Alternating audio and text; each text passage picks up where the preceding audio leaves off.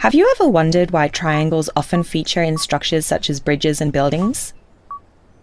The triangle is a hugely important shape in engineering because triangles add strength to a structure and stop any lateral movement from happening. It's important to know about triangles because many other polygons can be divided up into triangles. So learning to work with triangles can also teach you how to work with these other polygons, which is a pretty useful skill. Triangles are classified based on the properties of any of their sides or angles. So these three triangles are classified by their sides.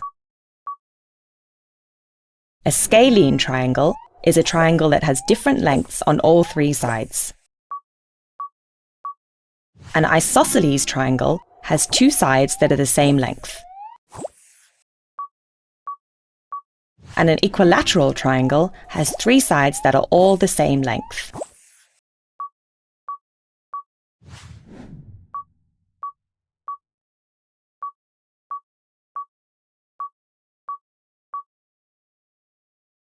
These next three triangles are classified based on their angles. An acute-angled triangle has three angles that are all less than 90 degrees. An obtuse-angled triangle has one out of its three angles being greater than 90 degrees. A right-angled triangle has one of its three angles equal to exactly 90 degrees.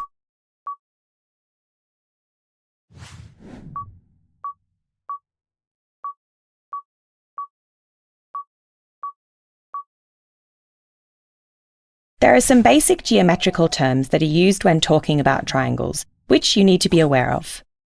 A median is a line that joins the vertex of a triangle to the midpoint of the opposite side, the midpoint being the halfway point on the side.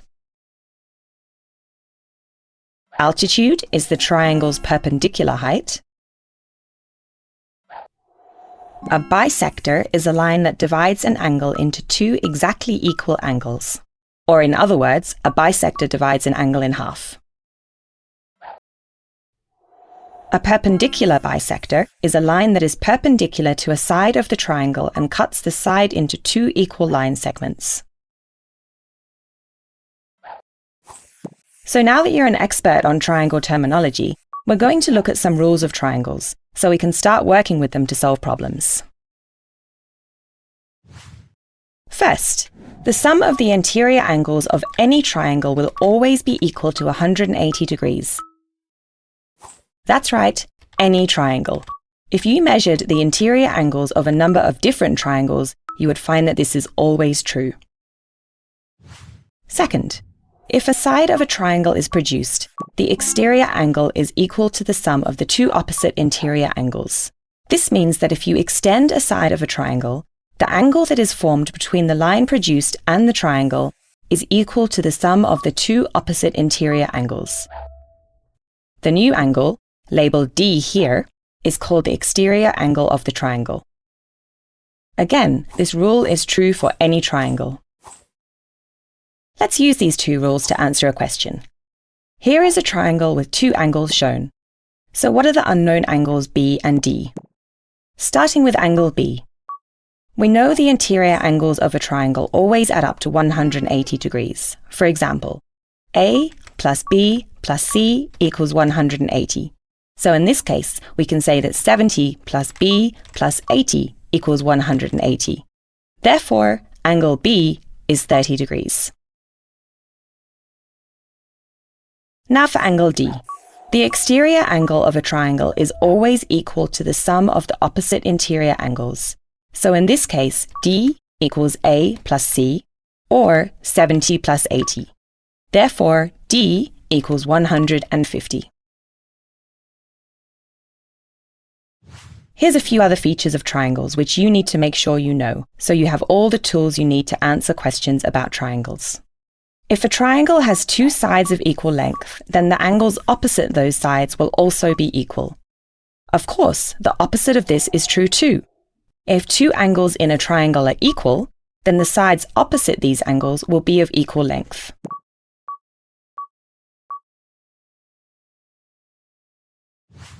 For the last part of this lesson, we are going to focus on congruency, which is math speak for two shapes that are exactly the same. Let's apply this definition to triangles. These triangles are congruent because they have exactly the same three angles and exactly the same three sides. These triangles are not congruent because although they have the same three angles, they are not exactly the same.